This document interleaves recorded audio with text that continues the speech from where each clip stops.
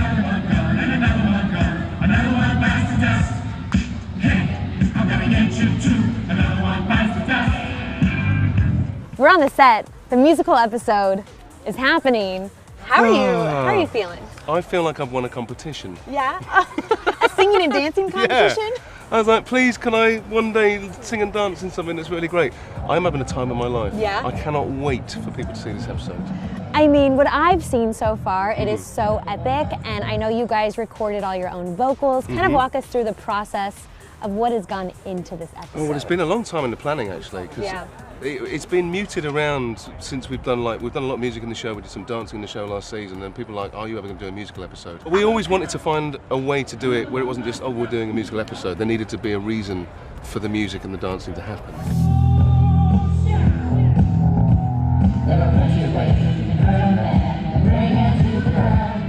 It's fun. It's really fun. A little bit terrifying because it's, you know, it's professional dancers and big cameras and cameras they use in the NFL and a lot of, you know, it's beautifully overwhelming. Yeah. And such a big, if not our biggest episode yet. Yeah. So fun.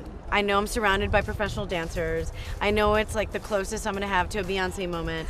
So I want to make sure to get those steps ingrained so that I don't even have to think about it and I could, like, you know, give the camera a little sass and a little Ariana Grande hair whip. Pony, I mean, this pony is so cute.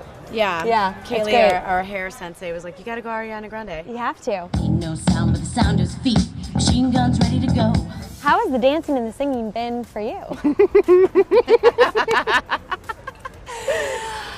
Great. Yeah? Moving on. Yeah, no. Has it been hard or? It's been totally hard for me. It's really, really hard. This all one's of an it. amazing dancer, by the I was way. going to say, I saw the twirl out there. You twirl straight into his got arms. We did a game. good twirl. We did a good twirl. It's been fun. Yeah? Yeah, It's it's been been fun. challenging and fun. In a Talk good way. about the vocals. You sing in this episode, right? I kind of lip sing. We this sing all song. together, yeah, on this Yeah. one. On this one. Yeah. Okay. Yeah. Was that scarier for you? I mean, this one's an old pro. Well, I will say it wasn't that scary because I don't sing my own song, so I'm just kind of lip singing. So it's easier, you know. I'm a little scared of singing. I'm terrified of it actually. Out of the doorway, the boys ran to the sound of the beat. Where are Lucifer and God in this point of time? Are they getting along? Do they have issues? They have huge issues, with huge unresolved issues. Well, Lucifer certainly does with Dad, and Dad seems to be pretending that nothing's ever been wrong and whatever, which of course winds Lucifer up. And he spends most of his time wanting his dad just to keep away from him. And then he has a sort of revelatory moment in this episode where he's like, maybe for the sake of other things in my life, I should try getting along with my dad. Are we gonna get that duet, the God and the Lucifer singing moment? You might do. How does having God sort of shake things up in general? Oh my gosh, well his presence has been looming for 5 years. Yeah. I mean, he has been such an instrumental force of nature on our show, and fans every year ask, is God coming? Is God coming? Is God coming? Because Lucifer has all these daddy issues. Yeah. So even though we've never met him, you definitely feel like his presence is there. And so you finally meet the guy who is making the devil insecure for the first time ever. Yeah. So what's so beautiful about his intro is that it's a very relatable one. So no one can relate to being the devil.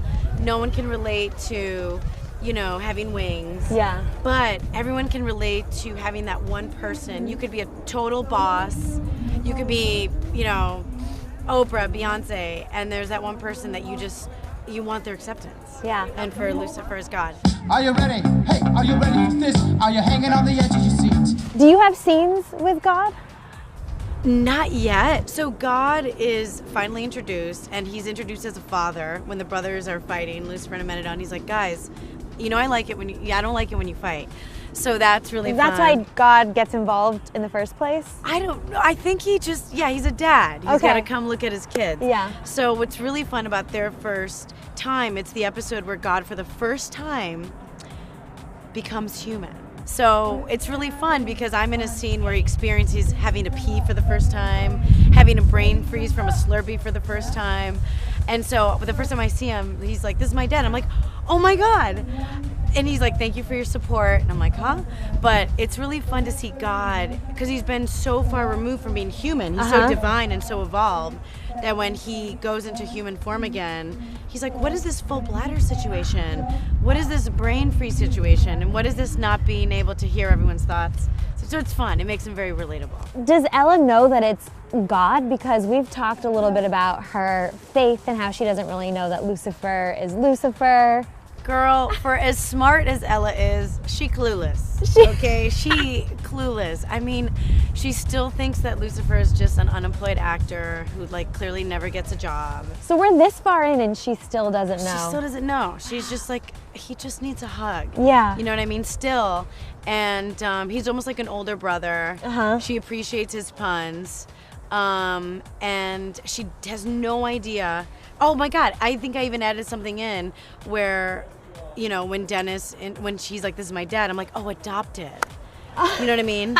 Like that's how so good. she's just so Yeah, that's so Ella, by the way. So Ella. Yeah. Pose, pick. Another one bites the dust. How many songs do we get? I think there's like 8 numbers. That's a It's big pretty deal, epic. yeah. Well, yeah, it's a lot, and it's a lot to shoot on the same schedule that we shoot on Right. anyway. Do you feel like there's a theme to all the songs? Like, are they all sort of connected? There was like certain songs that came up when we knew what the situation was, and for example, the song we're doing today is like we were desperate to get this song and get it cleared and be able to use it because it's so perfect. And we did. That's the main thing. Like we started this going, these are the songs we want to do, and we probably won't get this, and we probably won't get that one. So we'll have a backup. We got all the songs we wanted. I mean, from what I've heard, I only know With about lyric 3 changes of them. as well. Lyric changes? Occasionally. Like what? Oh, I can't. No. No. You won't tell us any? In the first song that Lucifer sings, he drops a very important lyric from the original song in order for this song to be personal for him.